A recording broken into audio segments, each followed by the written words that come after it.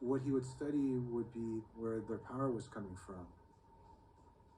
And he would think about what worked better for his particular body. Audience that Bruce Lee had a bit part or a supporting role in the Long Street series, and this had an enormous effect on the audience. What was it? I think the successful ingredient in it was because I was being useful. Like I say, honestly express myself. Longest weapon, my sidekick, against the nearest target, your kneecap. This can be compared to your left jab in boxing, except it's much more damaging. Well, Lee's gonna teach me all this. I cannot teach you, only help you to explore yourself, nothing more. All right, come on, let's If you look at the way that folks shift to beginning to name themselves publicly Asian Americans, what you see is the shift in saying, we're not going to be defining ourselves in relationship to Bruce. At the same time, is fighting to get his philosophies and his ideas onto the screen. I just want to be left alone to live like an American. You are archaic. And you're a fool to think that you can break away from us merely because you choose to. He did get some roles on Marlowe and Longstreet and some other things, but I think a lot of people who worked in the studio system saw him as a novelty. Pretty quickly that the impact that he was wanting to make was not going to be possible just by auditioning for roles. When Bruce first came to our attention and we'd seen his TV shows, we realized that there was something there. So you want to bet? So yeah, okay, I bet. So we made a bet.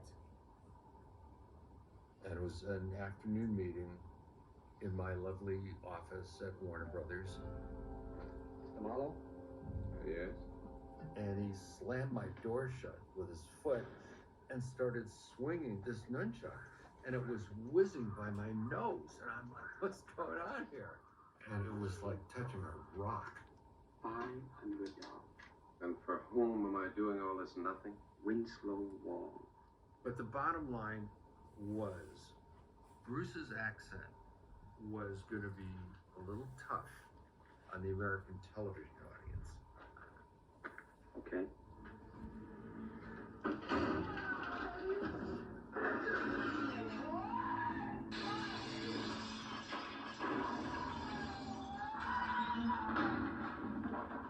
In the television world, there were only 3 clients.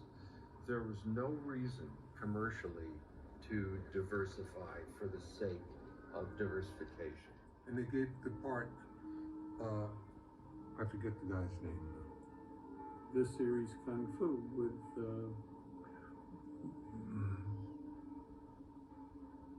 And of course, the TV series turned out to be Kung Fu, and David Carradine starred in the TV series. Hollywood's racist because America's racist.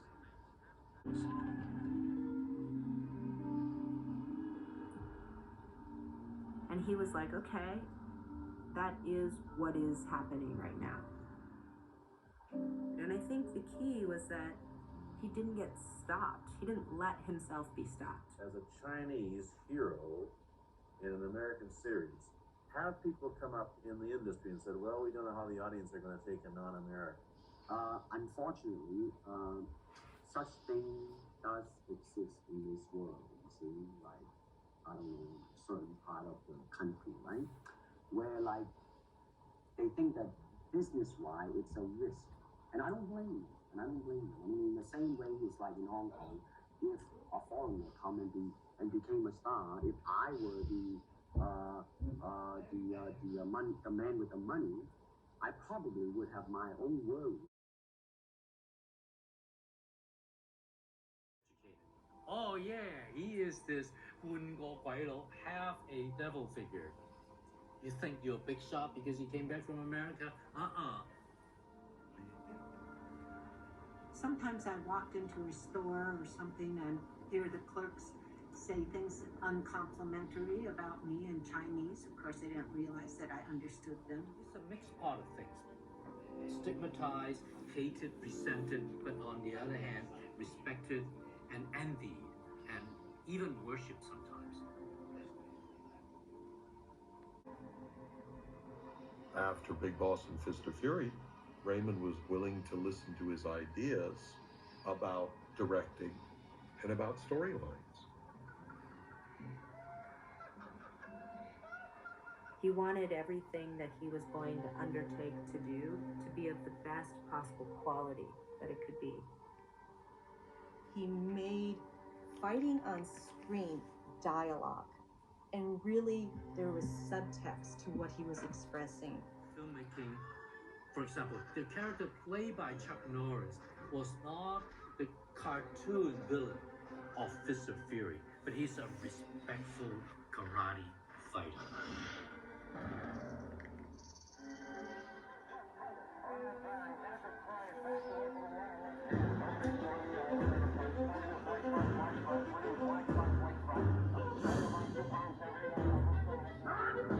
Oftentimes people come up and say, hey, Bruce, are you really that good? I said, well, if I tell you I'm good, probably you will say I'm both.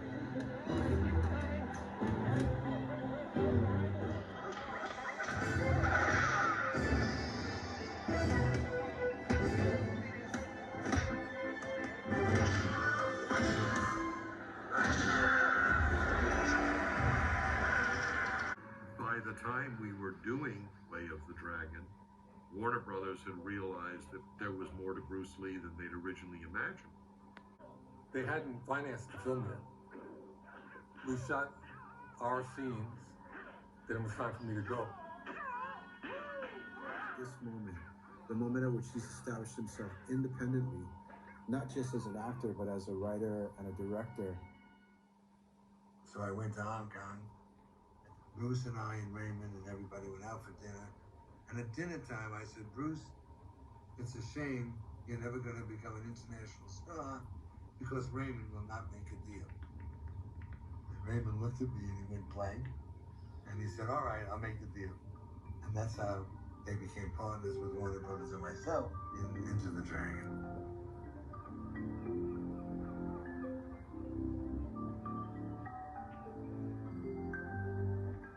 Bruce was not happy with the script. He wanted to put some things in it that would give the film a little more substance. I'm sure he was, at times, a very challenging person. He was full of fire and intensity. He could be a young punk. He wasn't always the gentleman Jim dandy. He'd tell you the stories. He wasn't, from time to time. Finally, he got his way. What was that? An exhibition? We need emotional content. Anytime in the film that is a little bit philosophical, that is something that Bruce put into the script. It is like a finger pointing away to the moon. Don't concentrate on the finger or you will miss all that heavenly glory. There was Bruce doing what he was destined to do, and it felt wonderful. He was electric.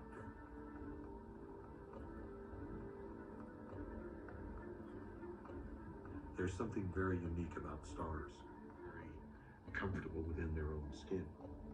That was a large part of what mesmerized people about Bruce.